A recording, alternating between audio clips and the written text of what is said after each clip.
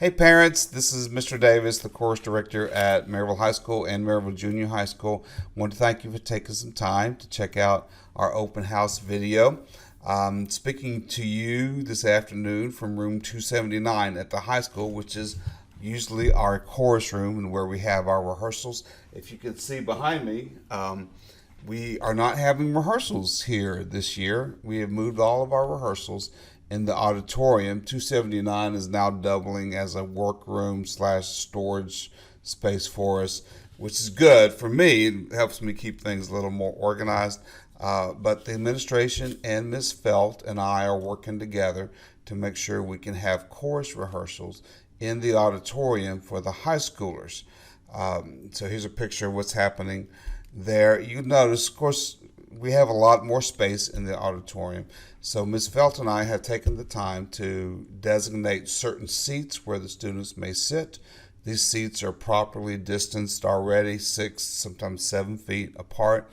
And once everybody is in their seat, then we feel comfortable having class without masks. So the students are a lot more comfortable in that situation. If you are at the junior high, here's what the junior high classroom looks like. We have been moved from the band room, and 2 years ago we were in the auditorium. So we've been moved there into a room of our own, which is a great opportunity for us, room 309 at the junior high. And I've taken the time to measure out places for the students to sit so that we're 6 feet separated there as well. So far in all the classes, students are able to come in and be 6 feet, and if we're just doing regular class things, then we feel comfortable with the mask off. Some students are keeping their mask on, and that's just their comfort level, and we are okay with that as well. We're not doing any arm twisting when it comes to you have to take your mask off. What I wanted to give you an update on, and I know that this is probably on people's hearts and minds, is how is the chorus, how is the choir going to do performances given the restrictions from the CDC, and there's new information that has been coming out from some of the studies that have been going on all summer concerning aerosol propagation from singers, especially. The first study of this kind came out last week from the University of Cincinnati, and based on some of the recommendations that have come out there and some of the findings, I have decided, and I'm going to go and let you know, I've decided that we're not going to attempt to do public performances this fall. Hopefully, if things change for the better, we can look at doing public performances in the spring. But for right now, we're just going to go ahead and say that we're not going to do a fall gala concert. We're not going to do a holiday sacred concert. The findings that have been coming down from the University of Cincinnati basically say that due to the aerosol propagation that's happening, there's really not a safe distance for choirs who are singing indoors to perform, just because of the nature of gaseous expansion and how aerosols work. So I told the students, and I've already informed them, that singing outdoors is a different matter because it's properly ventilated and with air moving, and because we're outdoors with some ultraviolet light, there's some additional help there. We're going to maintain our 6 foot distancing outside, but when we do any group singing, we're going to make sure that we're outside. We're looking for shaded spots that aren't just too noisy. Like today at the junior high, we picked a spot that was too close to the road, and we had to deal with a lot of road noise. So we're still looking for those spots where we can continue to rehearse. What I'm telling the students is that the magic of choir happens in rehearsal. It does not happen on the performance stage. We like to perform, and we want parents to see what we're working on, but the real benefit of being in choir and doing what choir does happens in the classroom and happens in the rehearsal hall. So we're going to continue to be a choir. We're going to continue to be a chorus program. We're going to rehearse outside. But right now, there's just not a safe way for us to perform inside for your benefit as parents. And I hate that. I hate to have to say that. And I hate that that's the reality that we're looking at right now. But I'm sure you'll understand that we want to keep our kids as safe as possible. And we don't want to enable them to spread things around to our more vulnerable people in the community. So thank you for understanding. If you do have any questions, please would you just feel free to email me, byron.davis@maryville-schools.org, with any questions or concerns that you have about your student rehearsing or the lack of performance opportunities that we're going to have. So far as we know, East Tennessee Vocal Association is still going to hold some kind of All East audition so that we can honor our All East students. We'll have some more details on that. They're having a big meeting in the middle of August to decide some of those issues as well. So right now, the situation is very fluid because we're deciding not to perform. I'm having to rewrite some of my plans, rewrite some of my curriculum. So I may not have all the answers, but if you have a question, feel free to pop that question to me, or if you have a suggestion or comment, I'm really open to that because I want us to partner together to make sure your student has the best possible year in choir that can be had given our circumstances.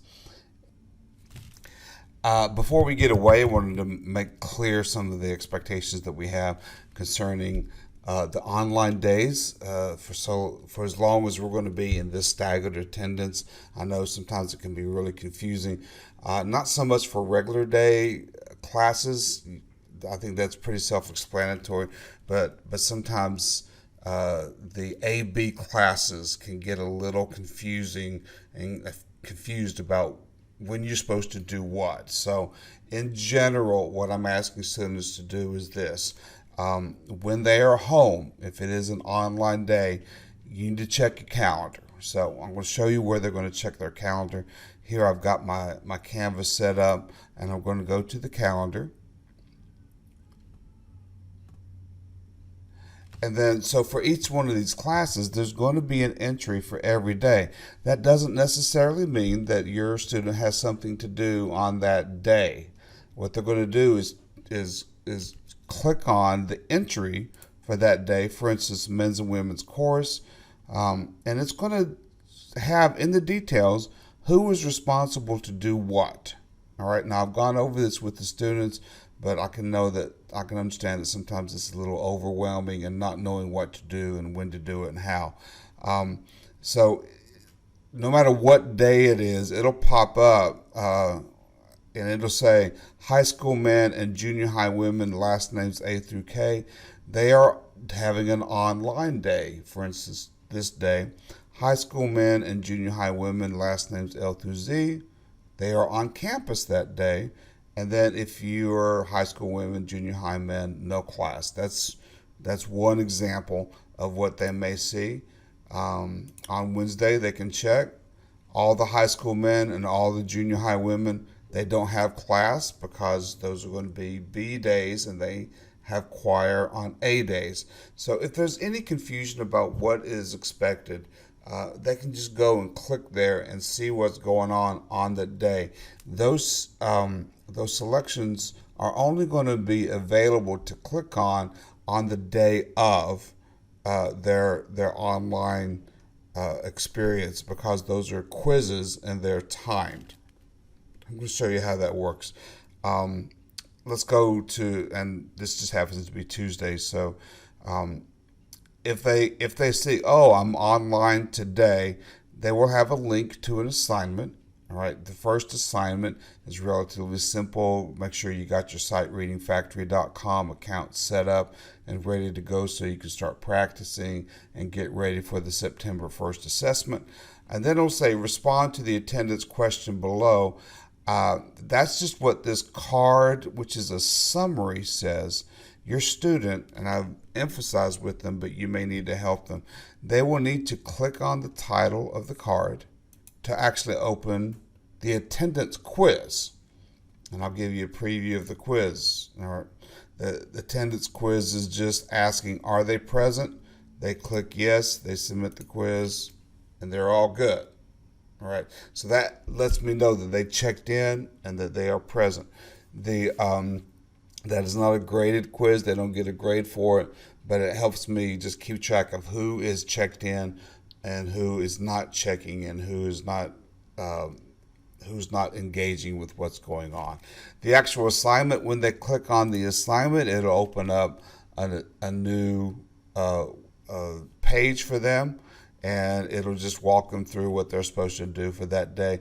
Most of the time I'll have an easy demonstration video that they can check into if they're not sure what they're supposed to do with that. So every day that they're home, if they would just click on their ensembles entry for that day, then the card will tell them, okay, you either don't have class with Mr. Davis today, or you do have an online assignment, and if they do have an online assignment, they need to take that attendance quiz so that I know they're in the right place at the right time. If that is confusing, please feel free to email me and ask me for some details, and just to make sure. I don't want your student getting counted absent when they're actually online doing the work, and I don't want them to fall behind on any of the assignments. So far, we've had a couple students that missed the first one, but once they see how it works, they're usually doing a great job and making sure they keep up with that and are taking care of their business.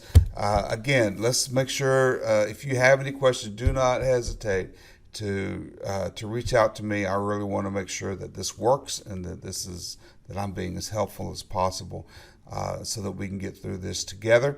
And I don't want you suffering and trying to guess at what's happening. So thank you again for coming by for our online open house, and best wishes to an awesome year.